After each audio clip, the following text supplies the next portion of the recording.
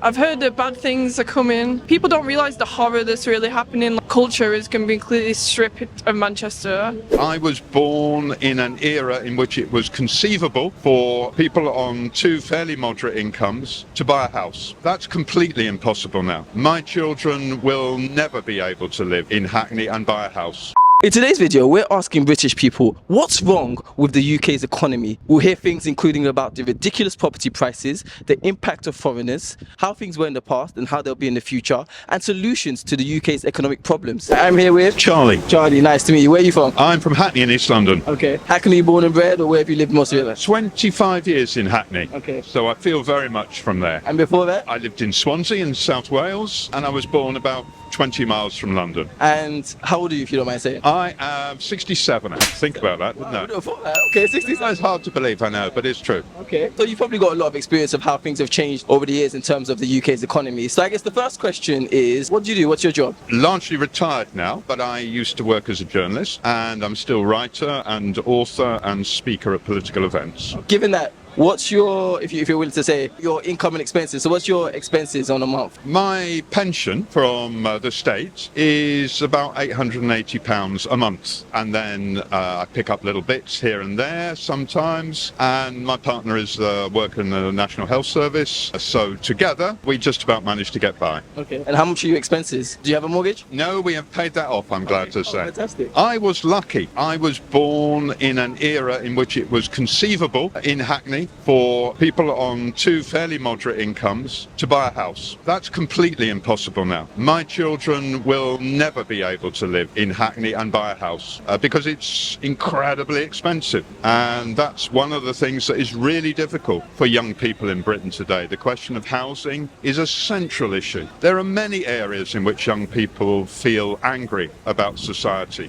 The lack of opportunities, the threat of climate change, the feeling that they will never be able to have a job for life. But the question of housing is very important as well, because it leads to insecurity, the uncertainty about where you will be in a few years' time. That's a big issue. Yeah. So that's a really good point that you brought up, that it's very hard for younger generations to buy a house now. If you don't mind saying, how much was your house when you bought it, if you can remember, you're willing to share? I can remember it very well. I mean, I bought half the house. We pay rent on the other half. The house, a two-bedroom house with a garden in Hackney, the total cost was £64,000. What? So I had to find 32,000 for my house. What year was this? 1996. £60,000 for a two-bed house. 64,000 64, yeah. for a two-bed house with a garden. In Hackney. In Hackney. And now that same house, £450,000. Wow. So, you know, my kids say to me, "Dad, what a wonderful bargain this was for you." Well, it is, but if they want to go there now, there's not a chance of them being there. £500,000 is what it will cost now, effectively. Nearly yeah, £500 million. Yeah. compared to your 64,000. I mean, Exactly. it's ridiculous. Extraordinary, isn't it? It's ridiculous the amount. Ordinary. Yeah. This is why the only possibility for people is to rent. But of course, rents are very expensive as well. And at the end of it, you're just handing over money to a landlord to pay their mortgage, and yourself, you've got nothing from it. Yeah. Right up until the 1980s, large numbers of people lived in housing that was built by the local authority, council, at cheap rents. It was easy to get into. Some of them were not great quality, some of them were marvellous places, but it was a possibility to get a place without being rich. Most of that's gone now. A lot of that's gone. And even the housing associations and so on that have replaced them are not of the same openness to ordinary people. So it sounds like a lot of negative changes in terms of the economy and how the UK's economy has been run. Had there been anything that you think has been positive over the years in terms of how the economy has changed since your younger days? I think there are positives. I think, for example, the fact that women are able to enter many more areas, and although there is still a difference between women's wages and men's wages, some gains have been won in terms of equality. That's important, very important. I think the fact that companies and government have had to recognise LGBT plus identities is important. I think the fact that there is less overt racism in society. But you still think there is covert? Of course there is. Of course there is. There is, both in terms of employment and in terms of things like policing, in terms of how black people are viewed, and by the media. And, you know, also migration restrictions. And so, many ways that still exists. In terms of the rising prices, I mean, we've talked about astronomical house prices these days. People talk about many different causes for that in terms of labor shortages, housing shortages. What do you think are some of the causes for the ridiculous inflation that we're experiencing in the UK? I think the central question, certainly with housing, is because the whole thing has been handed over to private developers. As I said, the key question is that of council housing. Once you kick away the possibility of people having council housing, they're then forced into the private sector. They have to compete one against another for what is produced, and there is no real social regulation of rents or house prices. And if we had, even quite right-wing governments in the 1950s built 1 million council houses a year. 1 million. Now, that was possible because of the pressure after the Second World War. But there's nothing on the same level now. And this then means that ordinary people are squeezed. What impact, if any, do you think foreigners have had on the UK economy? Positive.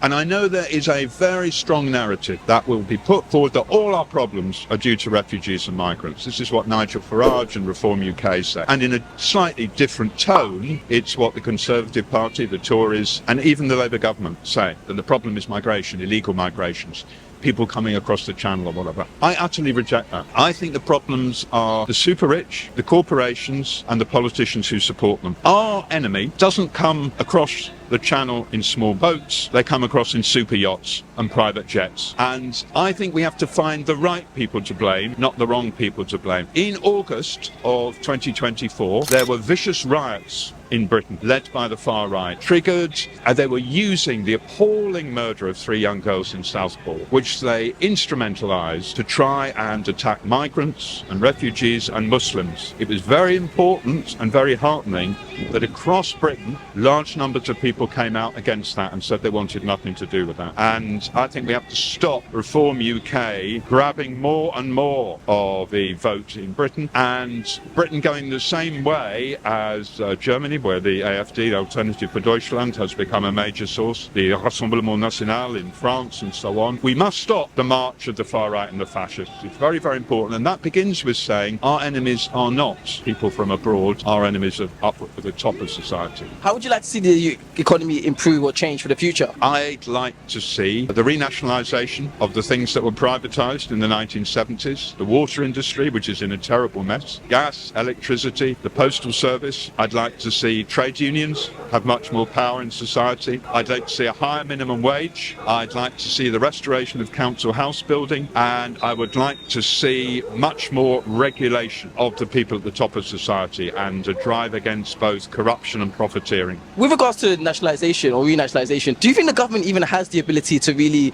do that correctly? I mean, they've shown in the past they weren't very good at it. Could they do it better in the future? Well, much against their general ethos, the government has been forced very slowly and glacially to renationalise the rail industry, which it's in the process of doing. It may not be done very well because there's not much democracy inside it, but it does eliminate a vast amount of money that goes to shareholders' dividends, to high wages for executives and chief executives, and the money that goes into competition between various bits of those industries once they're privatised. So I think that whatever the difficulties, whatever the imperfections, it will be much better than what we have now. With regards to the economy, any advice to anyone who wants to come and live in the UK or is living in the UK with regards to the economy? Become a member of a trade union, find out how you can be involved in the activities of people who are fighting over the issues I've mentioned, and make sure that you see that these are collective questions, not simply individual questions. Thank you so much, that was amazing. Thank you so much. So we've heard from an older generation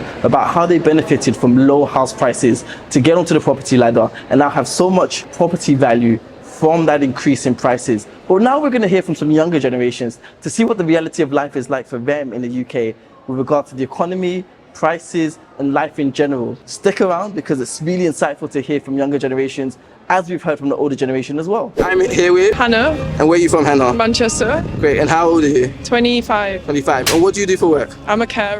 If you don't mind saying, what are your income expenses? So as a carer, how much, or in your job, how much are you bringing in per month? So I get carer's allowance from the government, and then I do some work looking after a separate person, like that's like £100 a month extra for that. And how much are you bringing in overall? Well, overall I get £770 a month. Okay. And what are your expenses? Probably about the same every month. My rent is very cheap, so that's all right. So would you say you're about break even? Are you able to save Yeah, much? I break even every month. And how do you find that as an experience? I find it fine, to be honest. Like, I feel quite lucky. Obviously, if I had a really expensive rent, I wouldn't feel so lucky, but I balance my care work with my artistic work. And are you renting? Well, obviously you're renting, I'm but a are you? lodger. You're a lodger in somebody. Okay. And how many people do you share a place with? Five? All right. 6? And how's that? How do you find that? Yeah, it's great. It's like a real community feeling, like where I live. My landlord, we live with him and his son, me and my friends. So it's quite a nice setup. It's very cheap where we live. It's £200 a month. So it's a blessing that someone's been able to like share that with us. Okay. And who are you caring for? I care for my grandma, Okay. and then I care for 2 other people who have dementia as well. Okay. What are your thoughts on the UK economy at the moment? I've heard that bad things are coming. But how do you find it in Manchester? So, for example, I the guess prices. they do multi-occupancy houses, and like my friend actually wrote a book, you should read it. It's called The Rentier City by Isaac Rose, and he's basically going through the rent crisis in Manchester and how rent became the most like the biggest industry in a way in Manchester. Like culture is going to be completely stripped of Manchester, and it's basically just all these towers being built all the time. And you're lucky to find a place under £500 in Manchester, like you're really lucky. And then how about food prices and just general entertainment? How do you find that to be? Very expensive. But I guess if you can cook and like it's not so bad, or if you like shoplift or something, it's not so bad, but I don't know. It's all expensive. What on earth is this world coming to? Literally just ripping us off. Look at this. Like, I mean, look at this. All of these are in boxes. Every single bit of meat is in box. Like, this is just a joke. This country is just ripping us off. Literally left, right and centre. It's ridiculous. And like, look, come on. You've even got cheese all in boxes that you literally can't rob. You can't do anything. Bit of cathedral here, all in box. You literally can't put anything out on the shelves because they're all in boxes. And like, what is this world? You can't even go to a shop to buy cheese or meat without it being taken out of the security box. Like, tell me this world ain't messed up because we are literally getting ripped off and we literally can't buy anything. We are in a cost of living right now. This is a crisis. It's a joke. Honestly, when will we wake up? It's ridiculous. And what do you think are some of the greatest societal issues in the UK at the moment? I'd say probably just the total decimation of the working class, like culture war, like, yeah, just the working people's lives, especially people who are disabled and, you know, things like that. It's especially like the elderly, like there's just people don't realise the horror that's really happening. What kind of horrors have you seen for elderly or elderly care? I guess most care homes, if people actually went and saw what it was like, it'd shock you. Like, it's not the carers' fault, it's that it became privatised. People are running it as business, trying to cut costs constantly, but in a way, well, not in a way, it's terrible. Like, it should be state-run because we're all going to get old, and if you don't have kids that are going to care for you, that's probably where you're going to end up, because more and more people are getting dementia because the lifestyle that we live in is like poisoning us to get dementia. What are some of the things you've seen in terms of how people are treated in care homes? My grandma was in a care home, or my other grandma, and there was just not enough staff. People being left in like soiled pads all day. The staff are overworked, so it's just not a good situation for people. But I've heard really bad stories too about it. It's pretty disgusting. Like, a woman I used to work with, like, she was looking after her elderly father and he had a cut on his head and he got like feces in it and stuff. No one had even checked on him. What was the end result of that situation? Well, he just died. He was doing fine, and then he had to go into a care home. Like, they told her he had to go into a care home, and then I think within 2 weeks of being in a care home, he died. Like, the old people I look after, they've had dementia for 20 years, one of the people. But that's like, most people in care homes don't live that long. It's only because they're being cared for at home that they've lived that long, I think. So we've heard, even with cheap rent, there's still lots of issues people of all ages face. Looking after family, or the terrible situation in care homes with a lack of dignity. Stay watching to hear another important perspective of how the challenging situation in the economy and society in the UK is affecting lots of people. Alright, I'm here with Juliet. Yeah. Nice to meet you. And where are you based in the UK? South East London. South East London. Yeah. And how old are you and what do you do? I'm 25. I work as a receptionist. I guess if you're willing to, could you talk about, I guess, your income and how much you spend per month? Yeah, I'd rather not share my income, to be honest. Alright. Yeah. Like, just a breakdown, like how much is, I guess, do you, on average, if you can spend on accommodation and food a month? Accommodation and food, I'd say about £1.5 grand a month. Yeah, roughly. What are your thoughts on the UK's economy at the moment? I think the UK's economy is failing a lot. A lot of things are becoming very expensive. But it is the highest level since January 2024. So inflation is rising again. It is enough, it's high enough that it really affects people. So this just shows that the tough position that's emerging for the short term, the months ahead. Are people feeling it in their pocket? And what rising inflation, particularly for food, for fuel, for things we pay for every day, that hits them in their pocket. So this is hard. And it's becoming very difficult for people just to live in general. From when I was younger to now, it's just gone up so much. And I just think it's kind of scary because it's like, how much further is it going to go? You know, how much more expensive are things going to be? How are people going to live? People are shocked after footage has emerged of Tesco shoppers swarming the reduced section. Check this out. People are almost fighting over these cheap items. And this tells me all I need to know about the state of the UK and the cost of living crisis we are going through right now. And to be honest, I'm not surprised, because the prices of Tesco and all of these other supermarkets is so expensive these days. I'm genuinely not surprised that people are trying to scavenge and fight for all of this food. As you can see, this man is loving it though, but he's got his reduced grapes and his mushrooms. But I think this actually says a lot more about the state of the UK than just a simple video. It actually feels a little bit dystopian, the way that people are actually fighting over the food. It's actually crazy that this is going on in 2025. I genuinely cannot believe this, but I think it says a lot about the cost of living crisis and people just genuinely not being able to pay for simple necessities such as food, energy and bills and whatnot. Because there's only so much you can get paid as well. So unless you're getting like at least 3k a month, I think it's going to be quite hard to live, at least in this city. What have you seen be the biggest, I guess, impact in terms of what costs you the most, or what's increased in terms of prices that you've noticed on a daily basis? I'd say just general groceries, you know, just my usual shop now has gone up a lot significantly. I think I used to spend probably £50 a week on groceries. Now it's touching like the 100, and it's just like not even crazy things. It's just like basic necessities that have just like skyrocketed, and it's just so expensive now. Baked beans used to be a staple. They used to be cheap in your house. Remember, have a look at this. £5 for a multi-pack of beans. What the actual... If you haven't got a Nectar card, it's £1.40 for a tin of beans. A single tin of beans, mate. But I can't quite get over how much beans have went up. Bloody beans. Remember, if you had any money, you would have a tin of beans with some toast and you would fill your belly. Now, you need a friggin' mortgage for a tin of beans, and this who are in play. But in the cost of living crisis is happening. Honestly, I know things are going up, but I can't keep up with it. It is knocking me bad, honestly. I didn't even want to give them me money, but we need to eat. I'm not going to eat any of this stuff, but I'm just like, I don't get it. I don't get it. Sainsbury's, I know it's not just you. I know it's all over the show. See, I lie down after this. I can't even have a cup of tea because it's too bloody expensive to calm myself down. What the hell? And I guess in terms of feeling like you can build a life in London or the UK, how are you finding that? What are your thoughts on that? The thing is, I don't even know if it's realistic anymore. I don't know if it's something that I look at long term. I think for now, yes, it's like my family's here, my work's here, but I don't think I look at this place as a place to be in the future or survive in. What do you think is the greatest, I guess, societal issue in the UK at the moment? I'd say just politics and false media. There's a lot that we are being exposed to that isn't necessarily positive, and it's like a lot of people don't feel like they can speak about it, or it's like there's a bit of a stigma. I feel like it's drawing people apart rather than together, and especially in the UK, there's not this sense of community and togetherness. It's more like every man for themselves, and I think that's the biggest problem. I think if people realise we are here to help each other and we're not here to survive on our own and just struggle, then we would be progressing more as a society, more than just like people feeling like they're on their own and they have to survive. So I think that's the biggest challenge at the moment. Yeah. What do you think brings about that situation that you've mentioned, that kind of